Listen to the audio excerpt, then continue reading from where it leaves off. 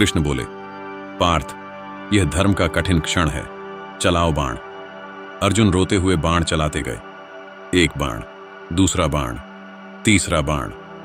भीष्म का शरीर बाणों से भर गया, लेकिन वे गिरे नहीं, बाणों की शैया पर टिक गए।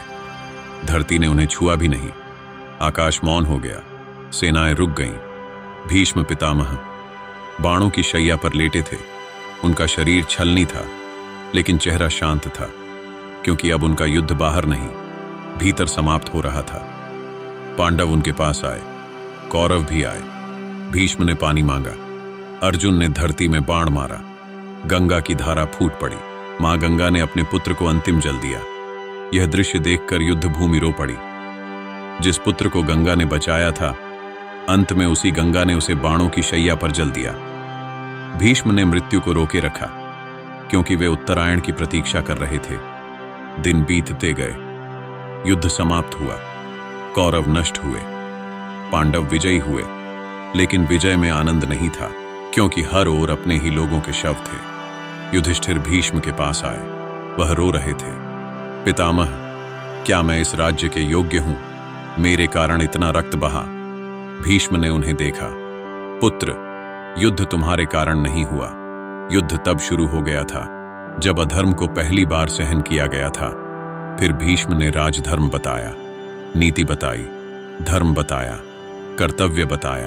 उन्होंने कहा, राजा का पहला धर्म प्रजा है। जो अपने सुख के लिए राज्य चलाए, वह राजा नहीं, विनाश का कारण है। उन्होंने जीवन का सार समझाया। धर्म केवल पूजा नहीं है, धर्म वह है जहां तुम्हारा निर्णय किसी निर्दोष की रक्षा करे। धर्म वही है जहां कमजोर को डर न लगे। फिर सूर्य उत्तरायण में आया। भीष्म ने आंखें बंद की। उनके सामने श्री कृष्ण खड़े थे। शरीर बाणों पर था, लेकिन आत्मा प्रभु के चरणों में। भीष्म बोले, प्रभु, मैंने जीवन भर वचन निभाए, लेकिन आज समझा, सबसे बड़ा वचन आपके चरणों में समर्पण है। कृष्ण मुस्कुराए। भीष्म की सांसें धीमी होने लगीं। दूर कहीं शंख बजा, हवा शांत हो गई, गंगा की लहरें थम सी गईं, और भीष्म पितामह ने इच्छा से मृत्यु स्वीकार की। भीष्म की कहानी हमें क्या सिखाती है?